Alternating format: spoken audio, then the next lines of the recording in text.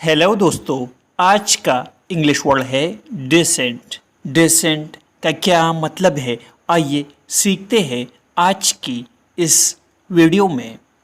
Decent का मतलब है एक राय ना होना, इख्तिलाफ या एतराज़ करना। आइए इस वर्ड को सेंटेंसेस में इस्तेमाल करते हैं। There are many ways of expressing dissent. इख्तिलाफ राय के इजहार के लिए कई तरीके हैं। The teacher laughed her dissent. उस्ताद ने उसकी मुखालिफत पर हंसा।